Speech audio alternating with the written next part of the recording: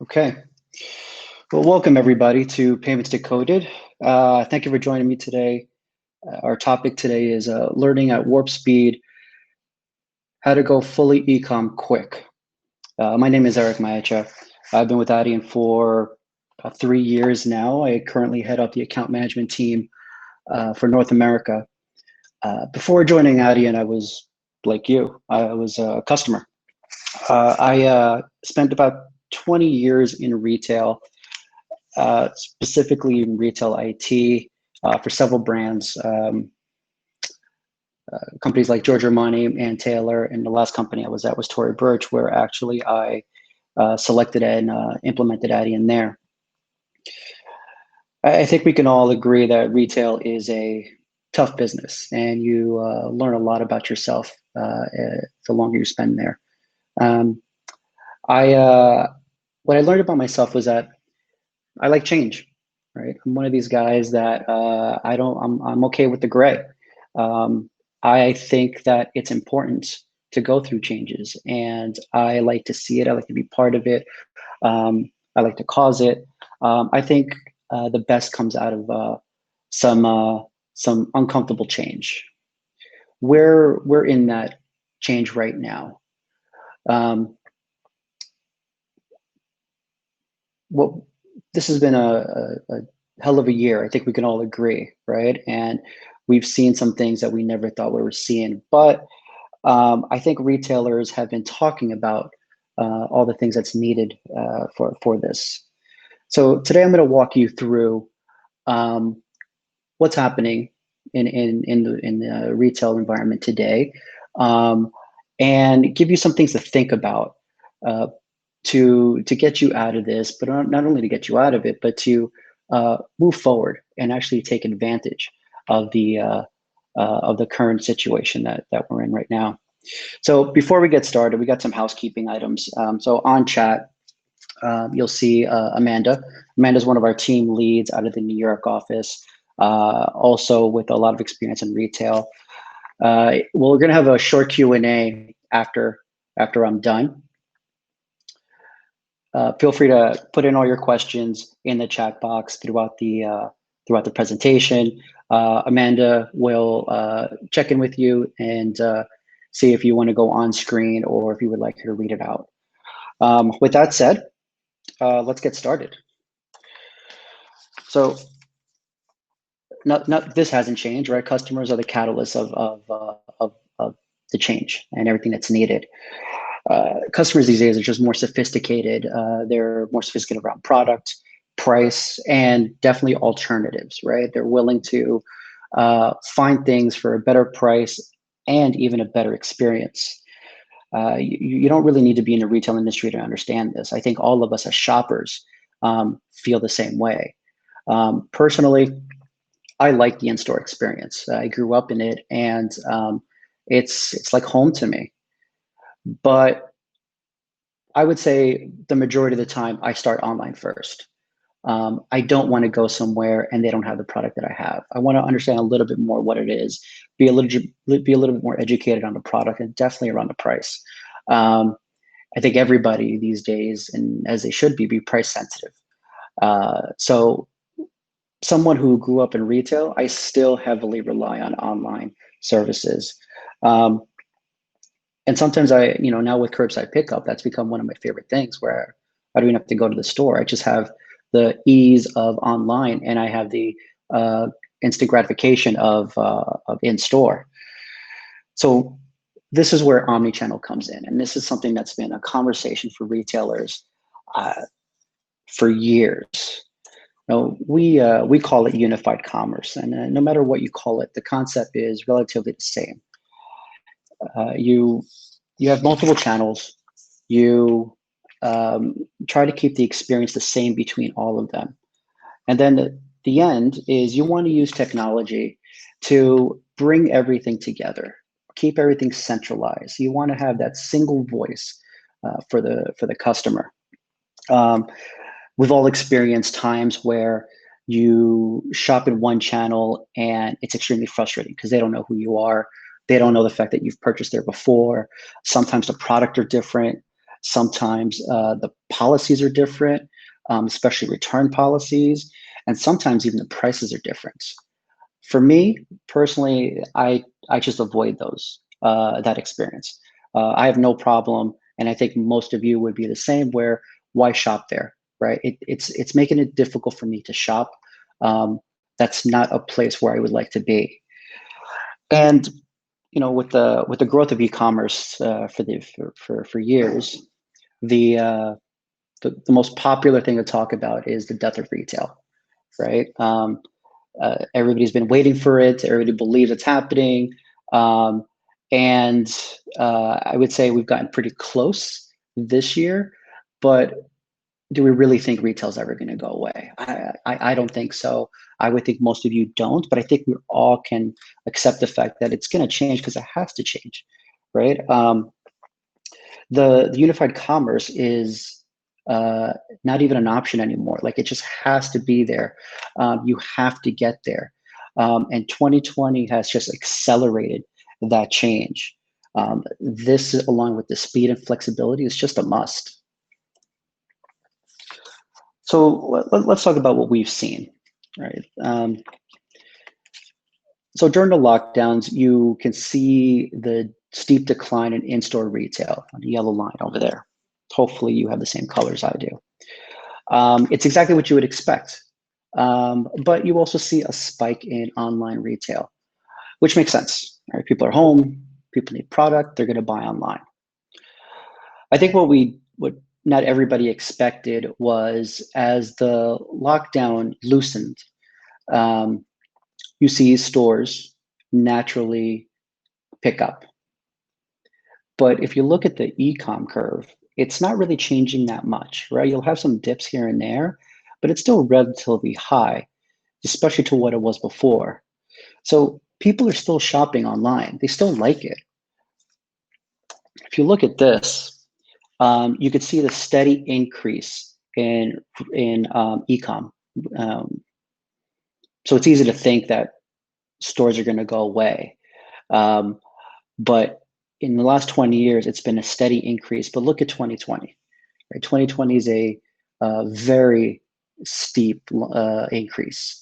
And for obvious reasons, consumers spent nearly $212 billion on e-commerce between April and June, in almost 32% quarter-over-quarter increase. That's a staggering number. Really think about it. It's not. I just personally don't think it's going to go back. And let's look at some information that shows that. So in a recent survey, you asked several shoppers, how will you shop when life returns to normal? 24% say that they can't wait to shop in a store. 28% say that they're mostly going to shop online, and 39% say they're going to shop both in store and online. And there's about 10% that are just undecided, right? But if you just look at these numbers, that's almost 70% of people that will shop online. And the majority of those will be shopping in store as well. This shows you the need for this unified commerce view and this experience that you have to have. If we dig in a little bit deeper, let's look at the next 6 months. We see that 28% plan to increase in-store shopping, 80% likely to use digital communications with store associates, and 90% prefer home delivery over a store visit. So now we see that technology and convenience becomes more of a priority in the shopping experience. People want simple, they want fast. I mean, I think all of us do. I would imagine all of you do as well. So what's a retailer to do? All right, so where do you put your focus? Where do you put your priorities? I have 3 suggestions to look at. The first thing is inventory management. Inventory is probably your largest asset, and having control over it is crucial. Here we see 71% of shoppers want the ability to know product availability before purchasing. and 60% of shoppers want curbside pickup options. So let's talk about a little bit more about inventory management. You want to centralize your inventory. This is a key component in unified commerce. That and customers, right? Those are the two things that for years retailers have been trying to put together into a single database, right? To make it easy. And it makes sense why you want to do that.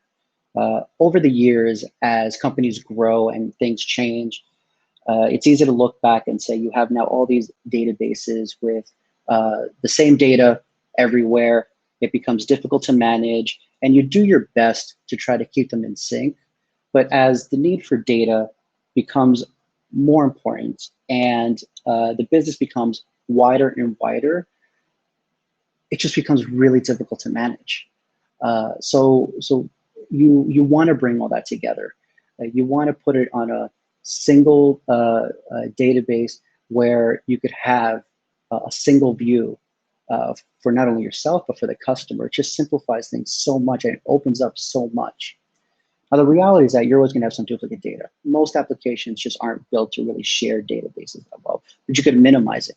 And that's really key here, to really understand where things are and know where the source of truth is. By centralizing the inventory, you're opening up certain things like buy online, pick up in store. You're opening up BOPUS, right? This is a necessary to do all of this stuff. Nothing new, but the urgency to get all this done is even more important. You have companies like Best Buy, Bed Bath & Beyond that already do this, right? They've been doing it for a while. And then you even have companies like Lowe's that are taking this a step further. For those people that want a little bit less interaction with other people, they're putting in lockers where you could just pick up your goods, right? And that, every industry is going to be a little bit different. It depends on your product, but that's becoming more popular where you could just pick it up in a locker. I think we see Amazon doing that as well in several areas where people aren't comfortable receiving their packages, and retailers are following the same suit. With the centralized data, you also have another option that's really could be a game changer for you. It's turning your stores into fulfillment centers. Again, not a new idea, but we see a spike in that because it makes sense, right? This changes the view of a store. Not all stores or definitely malls are created equally. They depending on where they are, or depending on depending on the area, there's some that just don't get a lot of foot traffic, right? Maybe the destination stores aren't the greatest. There's even some malls that are considered return malls. They're just low traffic, so you go there for returns. They're all over the country, but they could be in a key area that really helps your fulfillment. And by using stores and spreading out your inventory across the country, you, one, reduce that single point of failure of having one DC. Two, you're potentially saving cost and speed because your shipping is closer. It might even be local. There's a lot of opportunity there and definitely something to look at. Companies like Gap and Target have already done this, and Target even reports that 90% of their fulfillments was done out of a store in Q2. And with all of this, one thing you've got to understand is that this isn't only technology, this is also people. And changing the roles and retraining is a very important thing here. Companies like Target and Walmart have already started doing this by taking people from traditional retail roles and pushing them to be dedicated resources for buy online and pick up in store, curbside pickup. I think we've all seen that, right? You've seen those sections in the stores, but not every brand can do that, right? You don't have the real estate, you don't have the people. So it's changing the view from a salesperson. The traditional way of having a customer walk in and then do executing a sale just isn't, that's not going to cut it anymore. You're going to have to use all the channels. Now we see that a sales associate, a customer service rep, a call center rep, it all becomes the same thing because everybody's now using all channels to shop. Taking control of your inventory is extremely important and definitely something you guys really need to look at. The next thing is touch-free shopping. So 57% of shoppers say that they're likely to continue using contactless payments. And 32% say the ability to pay without having to interact with a sales associate would encourage them to shop at a particular store upon reopening. That sounds a little sad, right? But I think we can understand where that's coming from now, and I would expect that to change, right? I don't think people are ever going to go away, but people like the convenience, and so let's look at some of the key things for touch-free shopping. We're going to touch on centralization of payments, expanding checkout options, and providing relevant payment methods. So let's start with the payment centralization of payments. So when we talk about unified commerce in retail industry, like I said, it's usually talked about inventory and customers. Payments gets forgotten all the time. Personally, I've made this mistake where I've really put in all the work to bring all my inventory into a single area that everybody can use. I've done the work on the applications to get them to work. I've done the sync between all the databases. Very proud of that work. Did the same thing with customers and having a single source of truth. And then realize that the experience breaks at the payments. One of the critical times in the experience, the last mile. Sometimes I've had to split the payment and split the transaction into two, what's the point at that point, right? Your everything is great, and then it just dies at the end. This has been a struggle for retailers for years, and so centralizing your payments really makes a difference, and you should really start looking at it as part of your customer journey. Now, I would say most of you already know this. That's why you work with us.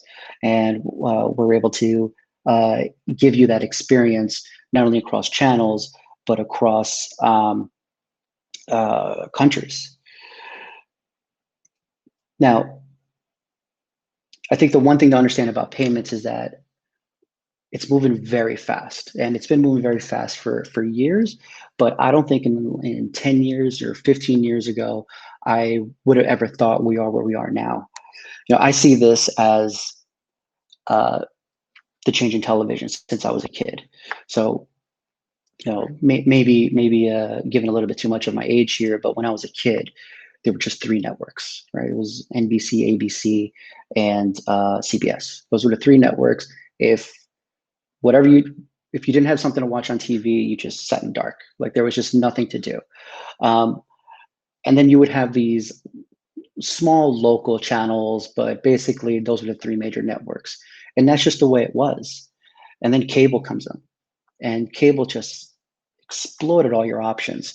Everything that you can, you could watch anything. And it was amazing. And all of a sudden now you had thousands of channels, and then they turned into quality. Industries were created, like news channels, like cooking channels, like just crazy.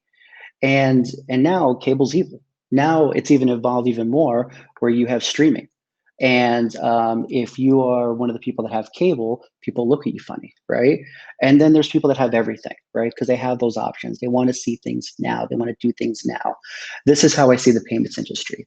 It's moving that fast, and it's giving people immediate satisfaction, and the idea is that they want things on their terms, and needing to be flexible is extremely important at this point. Another point is offering different checkout options.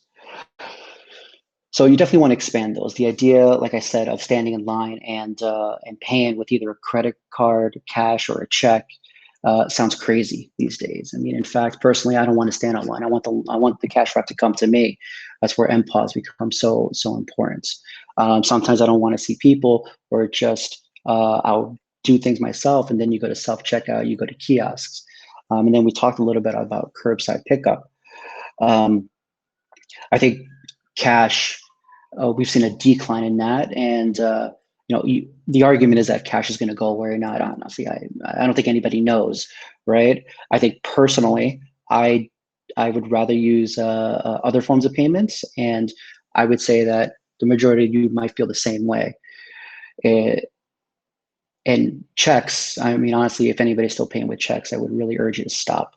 There's nothing that really unifies a line, an anger, um, like watching the person in front of you take out a checkbook. I know it's still necessary in some areas of the country and even in the world, but that's just weird. So I would argue that maybe that's going to die out pretty soon. Um, so let's talk about a few other of these in a little bit more detail. But this happens to be my favorite way to pay, Apple Pay. It's I know where my phone is at most times. Definitely don't know where my wallet is most of the time. So this just becomes easy for me. Um, it's an easier way for me to keep track of my purchases, and it's also touch free. I also believe it's faster.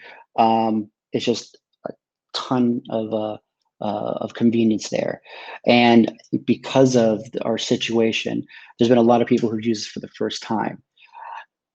Even my mom has started using Apple Pay, which is, if you don't know my mom, you really don't understand this, but I mean, this is somebody that uh, has just recently discovered that she has a calculator on her phone on her 8-year-old iPhone. So just really not someone who really adopts technology, but this was a necessity, right? She was afraid of touching the terminals in supermarkets, so she um, started using Apple Pay, and now she's even ordering online. So, and you talk to her, and it's easy. It's just like almost like, why have I not been doing this from day one? So now we're starting to see that ease of things are becoming more and more prevalent. Um, Along with Apple Pay, you get to take advantage of Apple Value Services. So this is a merging of payments and loyalty, which is a powerful combination. So in my time in retail, the interaction between your cashier and your customer, usually you ask for some information that will bring up potentially some offers, potentially a loyalty, maybe you'll ask for a card. Um, that's fine, right? But the reality is that interaction is only as good as your cashier.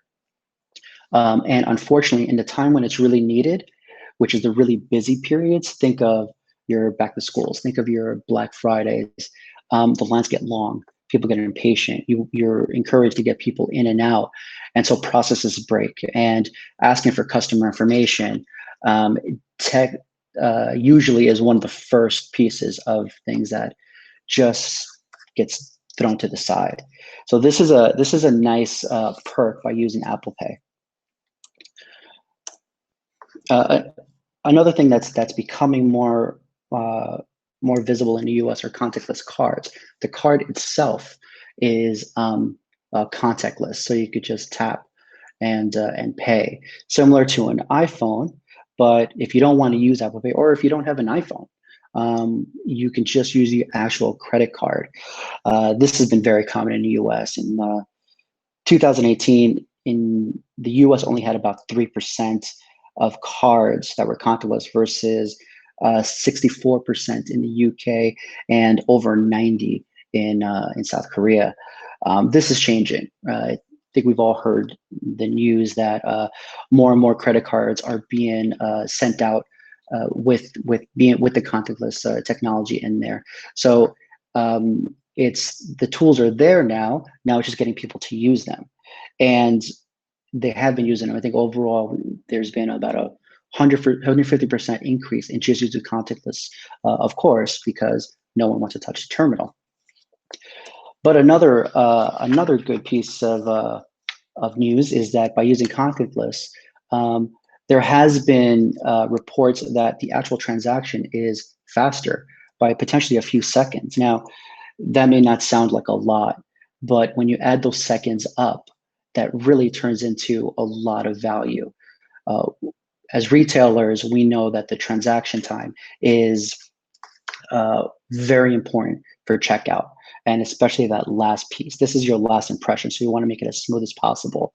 I've seen 1,000 times where you'll have customers spend hours in stores, take their time, but as soon as they have to pay, all of a sudden it's an emergency. All of a sudden you got to catch a plane, got to go somewhere, and it's got to be done quick. So these few seconds can be precious in your customer experience. And then QR codes. So QR codes have been around for years. You see a bit of a life given back to them in payments. There are companies out there that are using it within their wallets, and they're asking you to link a code to your credit card, and it's an easier, faster way to pay with them just scanning it through the register. You're also seeing some really important local payment methods that are using this in their flow. We found QR codes to be very helpful in adding Pay by Link actually in stores. So Pay by Link was created to solve a problem of ordering phone orders, something simple as phone orders, right? Taking a credit card over the phone is a risk for everybody during that transaction. It's a risk for me giving you my credit card number. It's a risk for you for taking it and storing it. The options to get a system that encrypts that becomes very expensive, very cumbersome. It's another piece of technology that you have to manage. It's another point of failure in the customer experience. This gives the option to send a link to a customer, and they could finish the transaction on their phone. You'll see a checkout page, and then it's just like a regular ecomm transaction. Here's a bit of the flow, right? So you'll see the QR code pop up, and you scan it just with your regular phone. You don't need any special tools for this. And then what you'll see is a checkout page. Now this is pretty important because this adds another element to this, where now you're not bound by the payment methods that you only allow in store. Now you're able to technically offer online only payment methods in store. This is a true cross between retail and online, because you're pretty much doing an online transaction in a store. We've seen a huge amount of demands for this. What you see here clearly is a demo version. Naturally, you would have the terminal integrated to your register, so everything gets flowed automatically. And then this brings up the last thing, which is offering payment methods. So a new category here is becoming more and more popular, especially now in the US, which is the buy now, pay later payment methods. Some people might call it installments.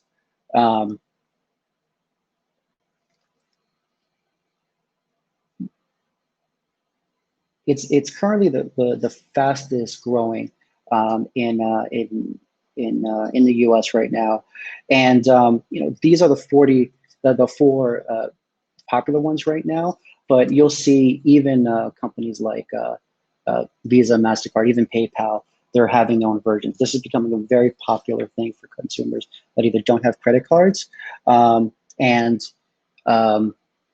it's I expect it to be just continue. I'm going to see more companies do this, but this is definitely something that you're definitely going to want to look at. And another added value to this is that with contactless, like we talked about before, unfortunately there is a limit. Now they've grown over the years, but there's a limit per transaction. Here, there's no limit, so you could still offer that touch-free experience, but not have a limit. So depending on your price point, this may be a great option for you. The last thing we'll talk about is probably not talked about enough and is probably the most important, which is setting the direction. So you have to have a plan. But what I mean more about this is that this is a company initiative. This isn't an IT project where I've seen too many have just gone as. And this is a full company change when you start bringing everything together and offering these type of journeys. It's going to affect marketing. It's going to affect store operations. It's going to affect training. It's going to affect and definitely going to affect finance. Everything needs to be looked at. So you need to really identify your stakeholders. And, you know, unfortunately, CFOs don't want to hear this, but this is going to cost money.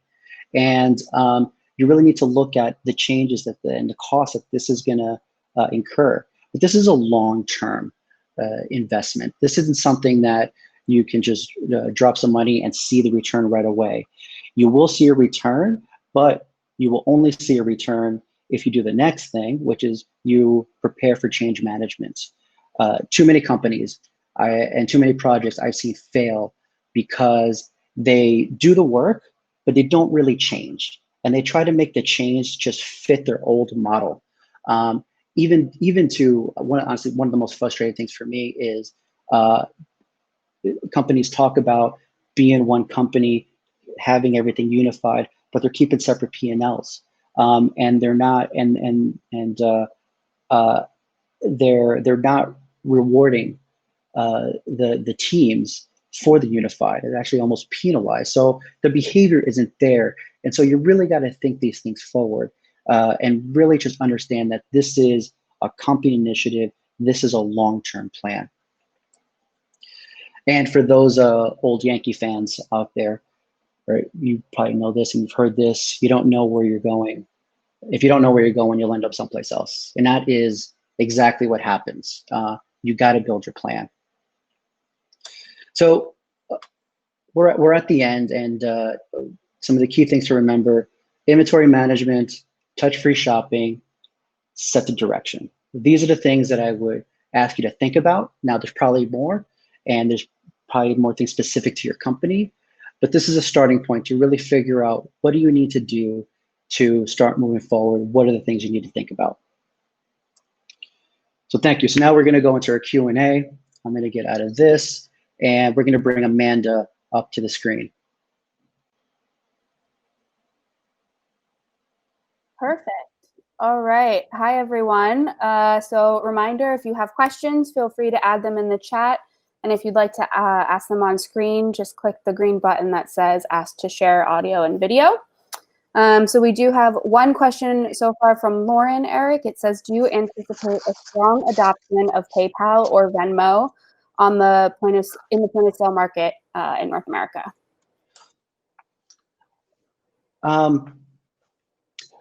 I think we're seeing that.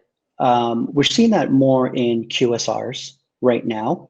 And that's actually an interesting topic where retail is pretty divided across industries, but there's a lot of things you could learn from QSRs because they've been doing wallets for years and definitely curbside pickup, so you can see how they really do it.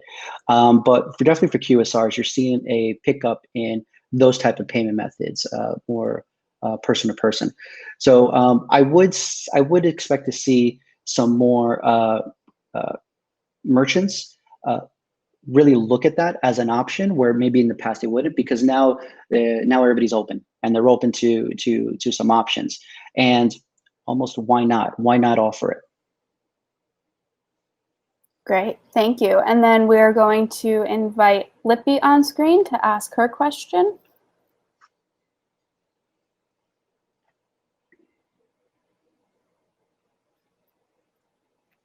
Did you scare her, Amanda? Scare her away? I might have.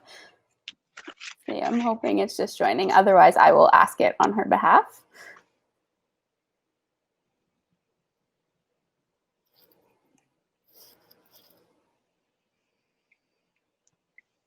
Okay. All right, I can ask it on her behalf. So Similarly to QR codes on terminals, we've seen QR codes printed on receipts in industries like food and beverage. Customers never even need to approach the register, and they just can scan directly and pay. Do we see a use case for this in retail going forward? Something where you don't even go to the terminal? Yeah, so there's been a few companies that tried things similar. I mean, even Apple, if you go to a store, they used to have, I'm not sure if they still have it now, where you could just scan it with your terminal and people walk out. This concept of almost stealing. And then you're talking a little bit more of the Amazon Go model. So I do expect that type of business to increase. But I think that's going to take a little bit longer, right?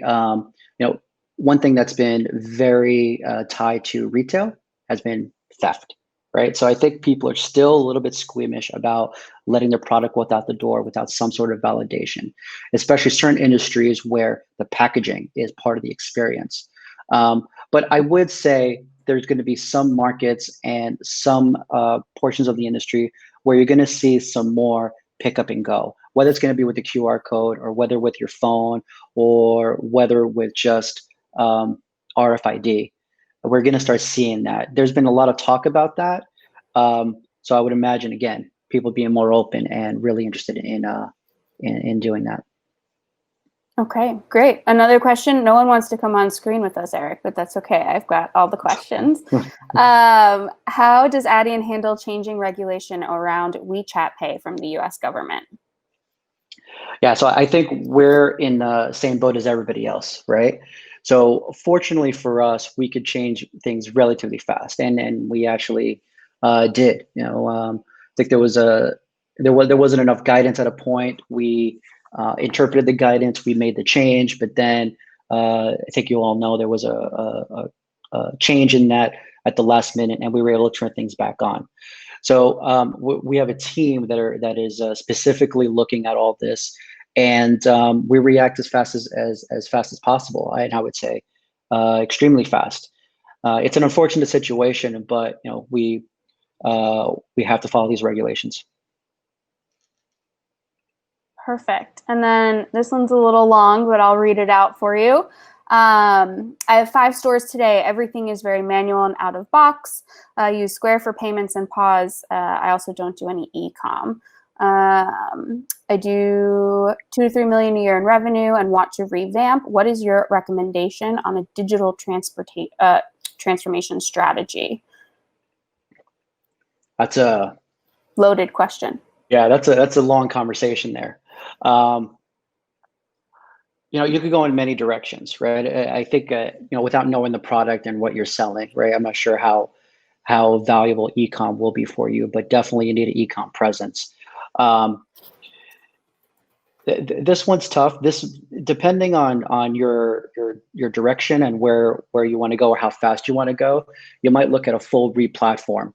A lot of mistakes.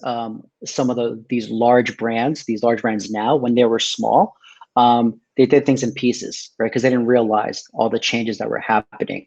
But I think now we know that change is coming. So I would say you really have to think about, does it make sense to keep what I have and build something on top of it? Or do I need to look to get something completely new and relook at my business? That's going to depend on your projections. That's going to project on how fast you think the business is going to come. And that also is going to depend on your growth strategy. So I think this is look, I'll be happy to talk more about this, but without getting into much detail, pretty limited in what I could tell you. Okay, great. And I think we're just approaching time, so that might be it for questions.